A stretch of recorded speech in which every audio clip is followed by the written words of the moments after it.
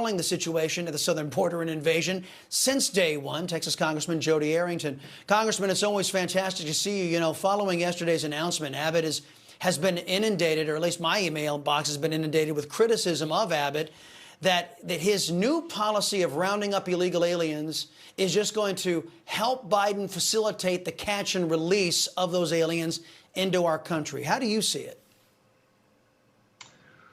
Well, I think the proof will be in the execution and implementation, but I will say I applaud the governor for effectively declaring an invasion. Look, he cites Article 4, which is the invasion clause, for having to step up and fill in for the failed government response, federal government response, to repel the invasion and provide a common defense.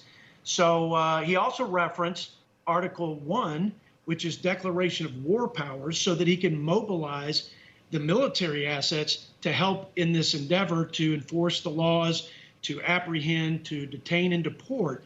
So I'm encouraged, and I commend the governor. It's sad that our federal government has so failed Texas and border states, and that this president of ours is so derelict in his sacred duty to enforce the laws of the land that the state would have to step up and do this job. But that's why the provision in the Constitution exists, so that states like Texas would retain the sovereign right of self-defense in a disastrous situation that we find ourselves in. So kudos to Governor Abbott. I'm behind him 100%, and I hope we see a passionate and full-throttled enforcement of the measures he articulated in his executive order. Well, I just got this from the Abbott campaign, just came through. I just wanted to put that out there for the folks. It seems that the socialist president of Mexico is endorsing Robert Francis Beta O'Rourke for governor. It seems that the state of Mexico, which has not been a friend to the United States, is pushing for a weak governor of Texas. So that might be telling folks something about what Mexico would prefer. Meantime, Joe Biden's new brain, Congressman, fired back at Abbott earlier today, claiming that the governor has no authority to stop illegal immigration. Listen. Immigration enforcement is a federal authority, and states should not be mandating it, meddling in it. That is just, especially the Texas governor of Abbott, who has a track record of causing chaos and confusion at the border. Congressman, so you heard her. It's the federal government's job to sit on its butt and do absolutely nothing. That's what she's saying, which is exactly what she's defending. What say you? I say that it's not meddling. It's actually defending our sovereignty, which this president and the Biden administration has completely abdicated. The provision in the Constitution, for all your viewers can read it. It is clear. It is explicit. It is compelling.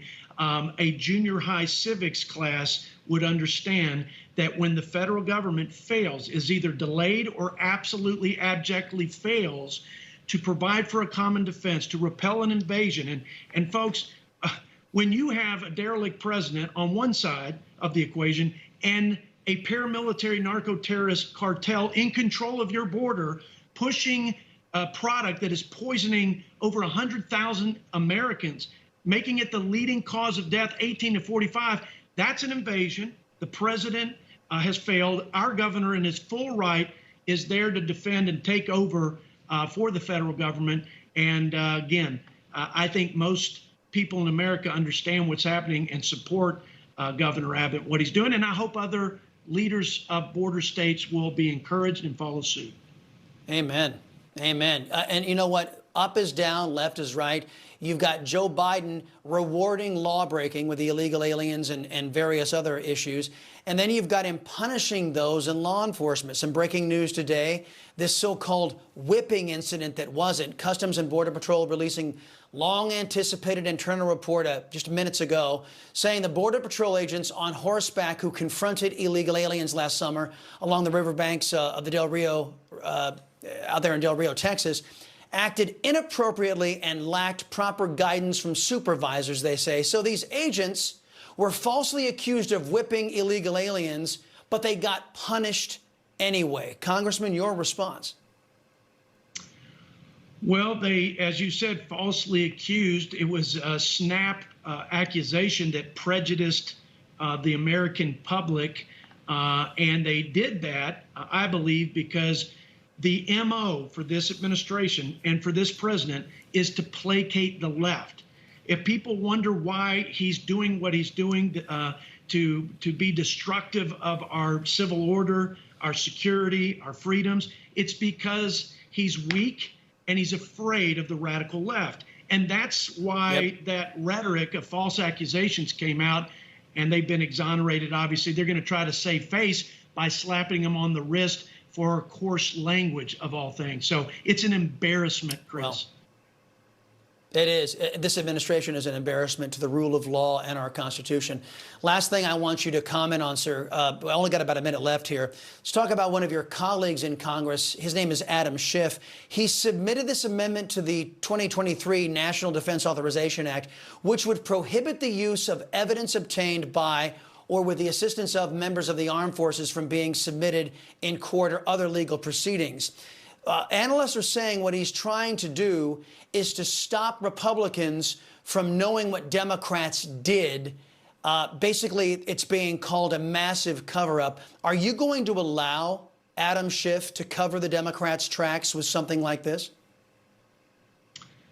No, and I think what people need to understand the importance of November is we've been pretty much cut out of any real oversight, and the most important thing we can do when we get the power and the gavel and the majority in the House is to fully exercise and energize our oversight and investigation. It's not just Schiff, it's Afghanistan debacle, it's Mayorkas, it's China, it's a whole litany of things that have gone without accountability and the proper authority and oversight from Congress. That should be reinstated in a big way. And folks need to hold the Republican Party and Republican Congress accountable when we get that power. Congressman Jodey Arrington from the great state of Texas, my home state, sir. Thank you very much. Appreciate the time. Looking ahead. Thanks,